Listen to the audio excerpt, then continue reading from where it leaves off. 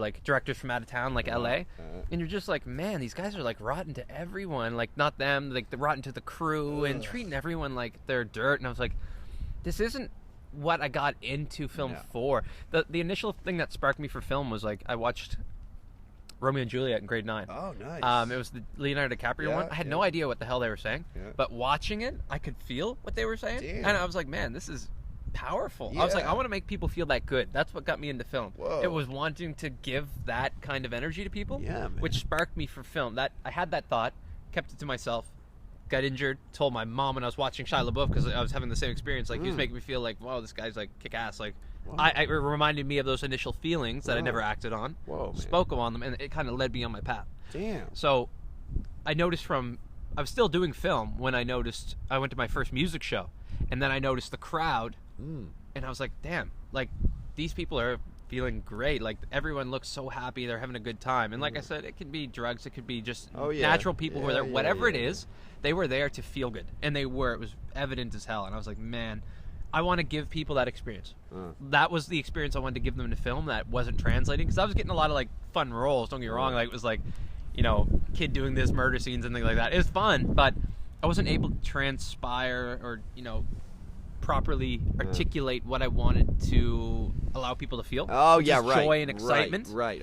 So that's when I started moving from music, and I've been doing music my whole life, just like side beats and things like that. But I was like, I want to focus my energy in this. Like, if I can do it in film, I should be able to do it in music, because film was such like a, you know, a visual experience. Like if you're good at music, it's just all about the sound. Like it's faceless. You know what I mean? Like you can be a ghost and be producing all this stuff, and it will, you know, it will resonate with people. So that's why I moved into film or music, and I had the same experience in music. Started at the bottom, I was like, "You're crazy! What the hell are you doing?" Couldn't get in with anyone, so I kind of had to start my own little group of people. And that was madly successful for a while until again, like I started to fall off and tear off into now where I'm moving in my new venture, which is heavily focusing on like the artistry of music production and getting that over to like the UK and stuff. So we'll see how that goes. Yeah, man. Like, no, totally, man. But I'm on my next chapter. Yeah, and you have this real like, where even you say early on when you were watching Romeo and Juliet and stuff, you had this ability to be like, no, man, there's something here. Like there's something here. I feel something. I want to make other people feel that. That's fucking bold, because you were able at like that younger age, you say, like grade 9 or whatever, to feel that like deep sort of purpose. Yeah, well, and this is the thing. I didn't act on it for about 2 years. I felt that not grade 9. I'm sorry, grade 11. Okay. So then I would have been grade 12, first year of carpentry, second year. So about 3 years later. But, and you know, you're in high school. You don't want to. I had no interest whatsoever in theater, things like that.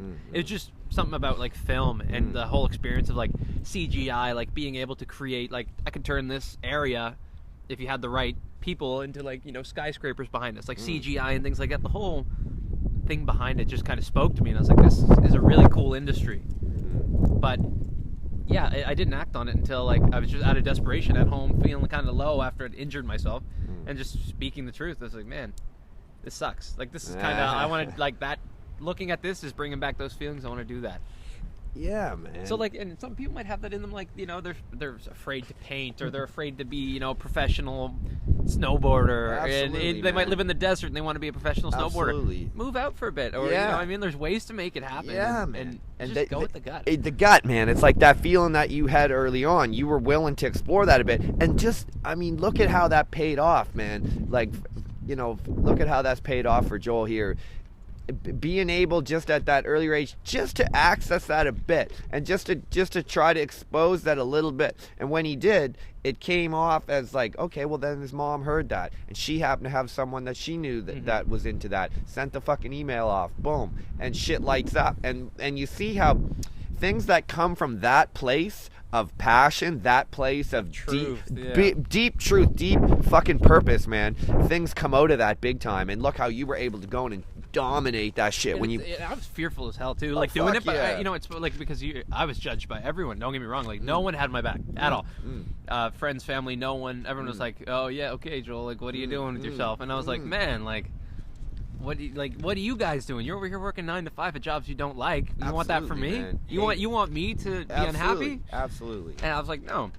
So, and you know, it's, and I actually had like a phobia of being seen in front of people for the longest time. So like this is all new territory to me, man. Like this was, and it's a lot of people say like you got to go out of your comfort zone if you want to be successful. You're going to find yourself out of your comfort zone, and it was the truth for me, and that's why I'm able to like DJ and perform in front of people now. Like I was petrified to be present and truthful in front of people, and that's what film broke those barriers down, which moved me into music, where now like I'm playing my music, I'm literally putting my energy, like the emotion into a song, and then expressing it when I'm performing, and allowing people to see that, and that's kind of what will draw the energy in, because they might, you know, want to feel the same or feel the same, what gives someone that moment.